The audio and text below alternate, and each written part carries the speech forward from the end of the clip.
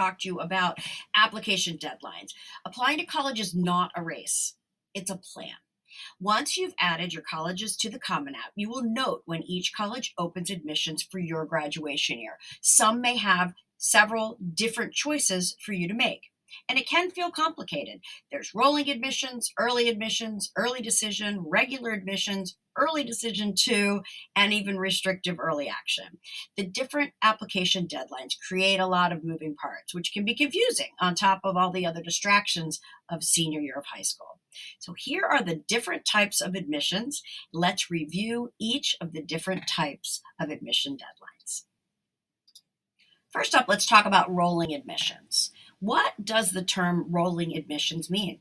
Well, there's a good chance that you'll submit an application or two early to colleges that have rolling admissions as their application process. These will open in the summer, sometimes even before senior year, and they extend throughout the year and usually until the particular college's enrollment goals are met. So you're likely to be in possession of an acceptance letter before the turn of the new year if you apply to a rolling admission school early in senior year. The terms of acceptance will likely require an enrollment deposit, which can be refundable within 30 to 60 days. And if that's the case, just make sure that you receive confirmation of any necessary financial aid before submitting a deposit. Rolling admissions is a great way to get an early win and lower the stress you may be feeling throughout the application cycle. Some really great college schools that have rolling admissions include University of Pittsburgh, Auburn, Pepperdine, Alabama, Michigan State, Clemson, Indiana University, Iowa, Ole Miss, Purdue, and Grantham University, among lots of others. All right, so next up is early action. This is for students who are ready to apply, and you must have your test scores ready, your college list complete, and a solid transcript ready to go. If you think you may need another semester under your belt to get a good GPA or to complete a specific class, then just wait until the regular decision period. There is no rush. While applying for early action really doesn't measurably improve your chances of admission, knowing your status will give you the peace of mind and enable you to move forward with great confidence because you'll probably have an answer before the turn of the new year. You can apply to as many early action colleges as you'd like, unless one of them offers a single choice early action option, which restricts you to only opting into that college. But we're going to talk about the differences of that later. Overall, early action is not binding. It's called EA, and it's just there for students who feel they're ready to apply in the beginning of senior year. It's a popular thing to do, but if you're not ready, don't go early. Okay, often confused with early action is early decision. Should one of the colleges on your list emerge as your absolute first choice and you've resolved all possible contingencies, then you may want to consider applying for early decision. Early decision is binding. If you apply and the school says yes, you're going. And you need to remove all of your other applications that you have out there. The only way to get out of an early decision binding application is if they do not provide enough need-based financial aid based on the FAFSA. But the merit aid piece often is a bit limited. It's basically you decide you want to go there, and if you're prepared to commit and to enroll, you can increase your chances of acceptance by 20 to 25%. But often you're not going to get as much merit aid. And remember that you're not going to have the time to compare offers from other schools. So make sure if you go ED, it's at your top choice school, you can afford it, and that you don't want to have to compare anywhere else. So early decision outcomes, you've already established that you want to commit to enroll in the ED round. The lesser options that may happen to you are going to be getting deferred or getting denied. If you're denied, game over. Don't go for a second chance. Don't appeal. It's just time for you to move on to the next school. It's time to start pursuing other options. And if you have a balanced list, that shouldn't be tough. A deferral means your credentials will be reviewed again in the regular admissions process. They were good enough to get you into the competition, but you're not quite strong enough to get an acceptance in the ED process. So, one nice thing is that if you're able to show improvement through your academic senior year and through testing again, you might get admitted later. So, despite the allure of early decision, there are times when it just doesn't work out. And most of those are going to be financially rooted. So, cost and affordability should always be resolved before you determine whether or not you're going to go ED.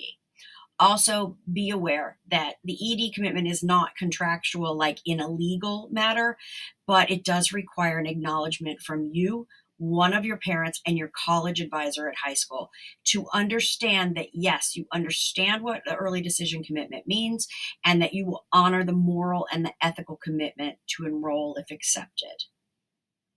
If an admissions office senses a lack of sincerity on the part of your candidate, that can affect the rest of the kids in your high school. Candidates who disengage dishonorably or just say, hey, I'm going to roll the dice to try to get in, and then you get in and you decide not to go, that can hurt kids from your high school in the future. So you want to make sure that you know what you're doing, that you're making a commitment, and you're a positive and proud legacy for your high school.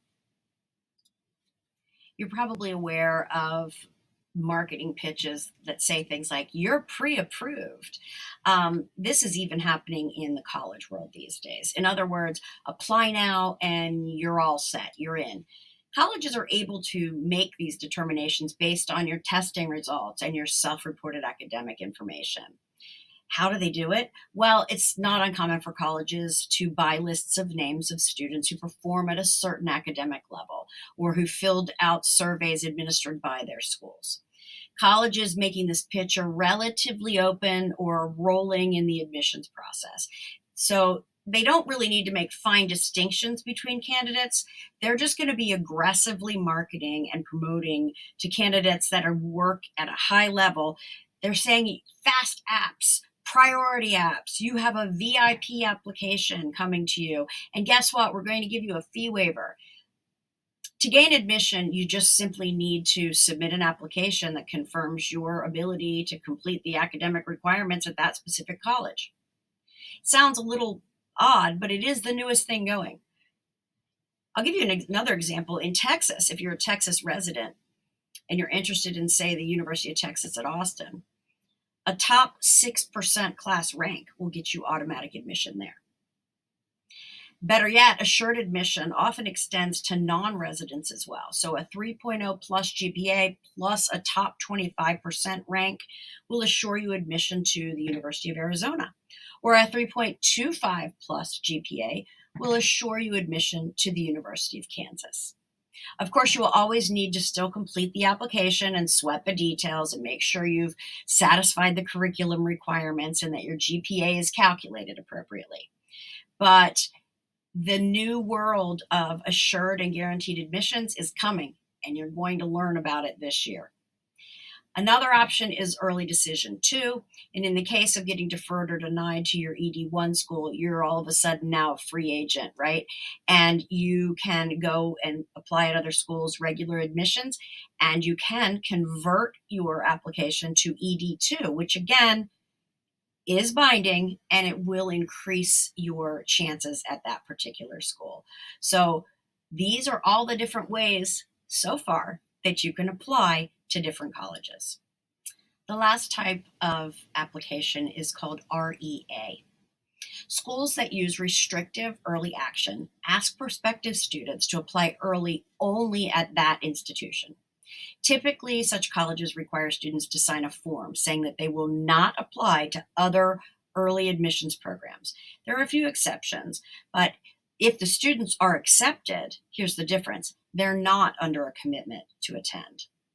Basically, restrictive early action is a non-binding, non-committal way in which students can demonstrate that at a specific school, usually one of the most selective private schools in the country, they can kind of show that, hey, this is my number one choice. Generally, there's at least one exception to the rule: not applying early anywhere else when doing restrictive early action. The exception is public universities. This is because public universities take a little longer to make a decision, and they're so much more affordable that the schools that do REA feel like it would be unethical to not let students at least apply to their own public university. So another sometimes change to this is a common exception that students who are applying to foreign universities can do that in addition to REA. Look here at the schools that use restrictive early action. Let's just break it down. Basically, they don't want you to apply to all of these on the list. Pick your favorite, and that's the one you can apply to early. If you get in, great. If you don't get in, great. But you didn't apply to all of them at the same time, and it's a way for them to know that you applied to your favorite and your number one university in the early round. I hope all of these different ways to apply to colleges make sense to you. Just remember, you add your schools to the Common App after August 1st. That is when you become an actual senior, and that is when all of the colleges need to update their information for your graduation year. At that time, in the Common App, it will be very clear as to what types of applications and what deadlines you can apply to at each school. Now you need to have a plan. Again, it's not a race, but you need to have a plan with dates and deadlines. Good luck to you. Here's a few important new things, and we'll see you in the next video.